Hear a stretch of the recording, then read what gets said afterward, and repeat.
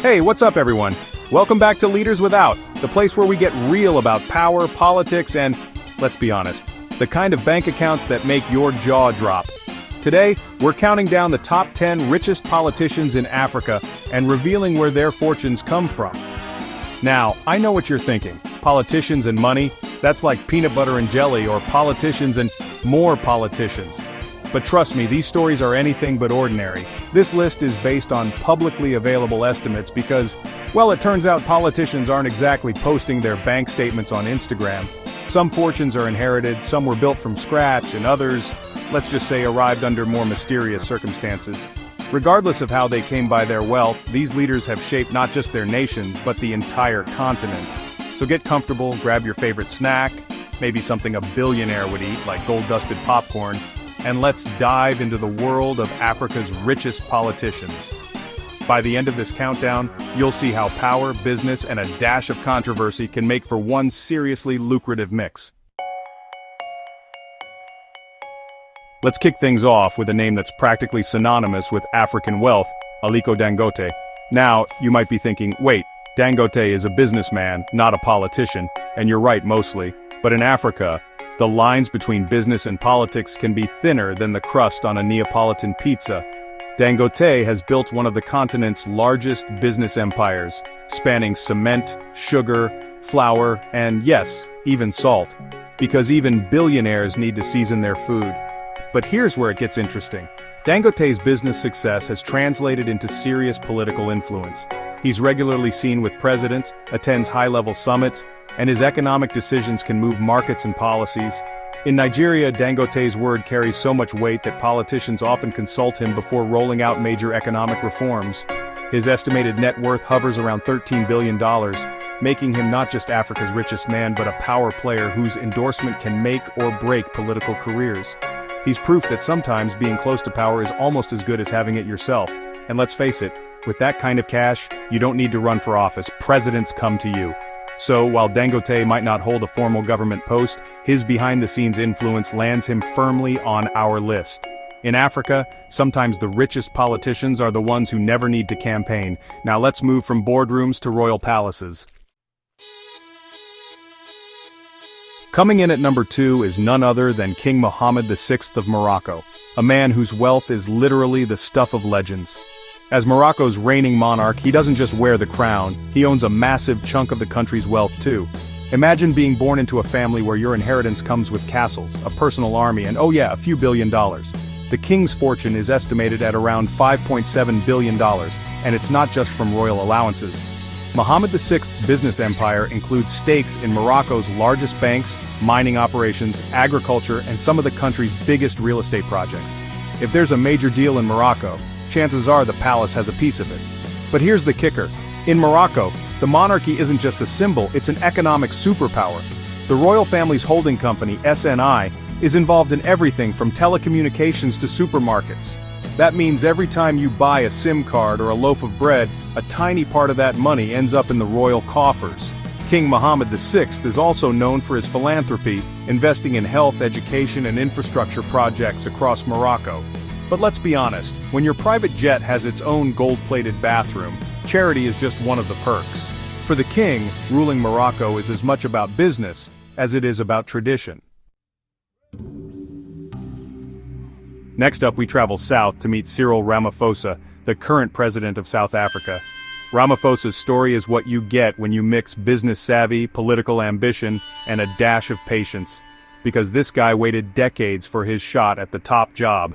Before stepping into the presidential palace, Ramaphosa built a business empire that made him one of South Africa's richest men. He co-founded the National Union of Mine Workers, negotiated the end of apartheid with Nelson Mandela, and still found time to amass a fortune estimated at over $450 million.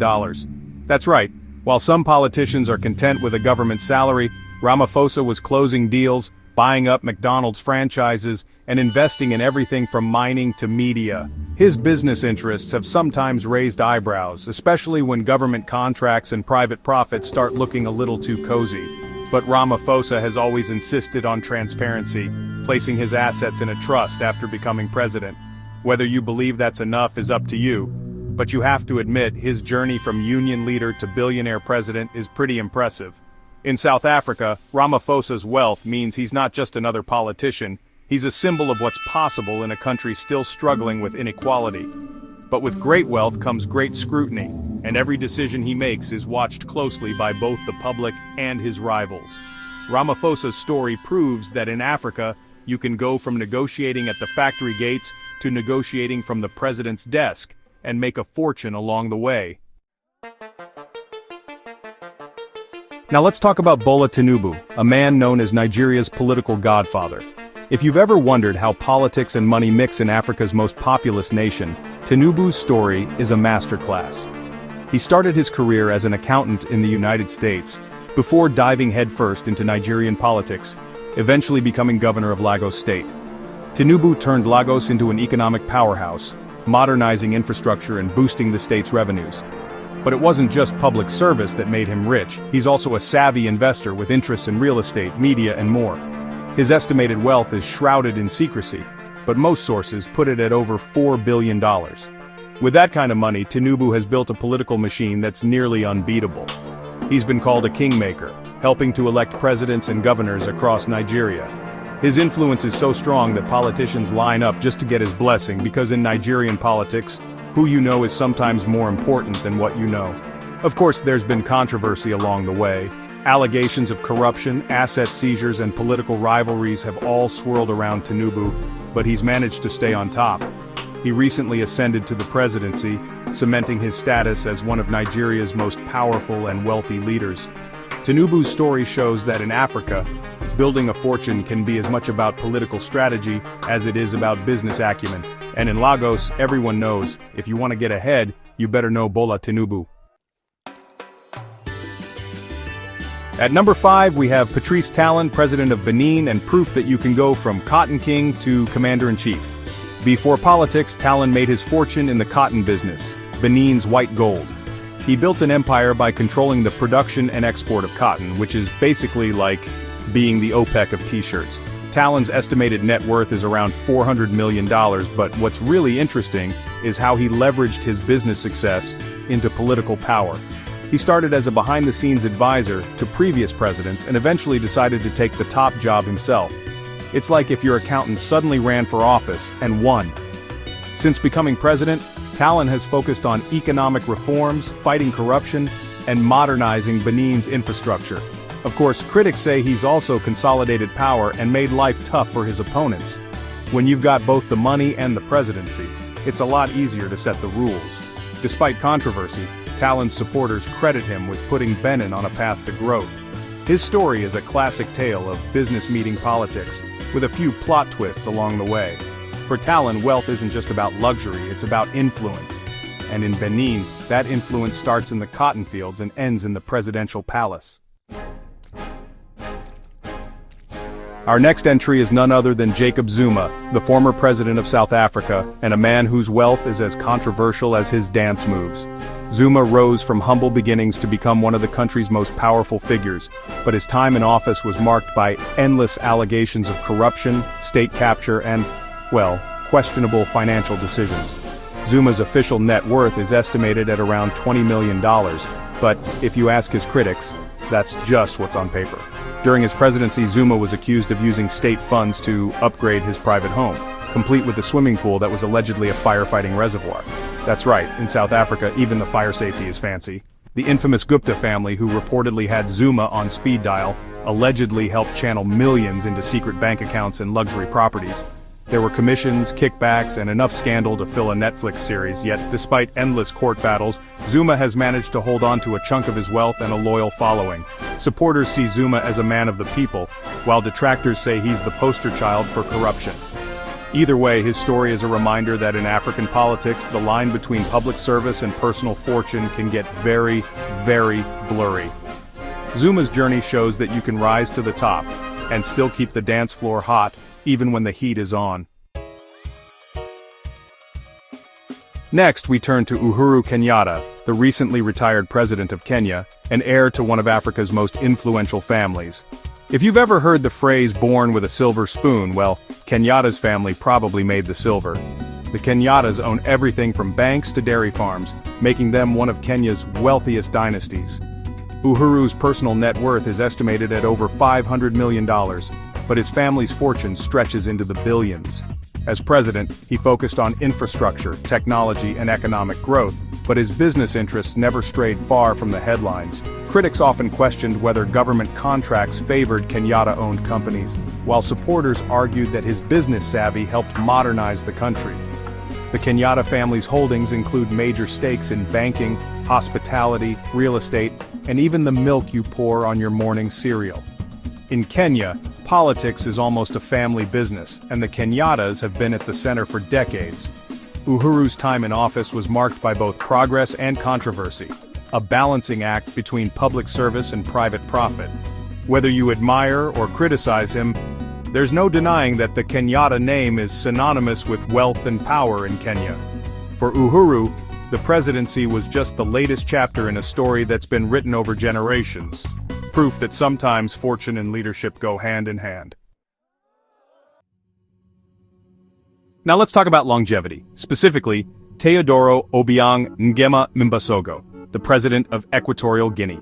He's been in power since 1979, which means he's outlasted everything from Walkmans to MySpace.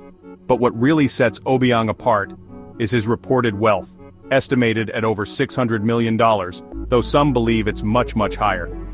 Obiang's fortune comes primarily from Equatorial Guinea's oil reserves, which transformed the tiny nation into a source of honestly unimaginable wealth. Unfortunately, most of that wealth never made it to ordinary citizens. Instead, Obiang and his family reportedly amassed luxury cars, mansions, and even a private jet or two. In fact, his son's Paris mansion is so lavish it makes Versailles look like a starter home.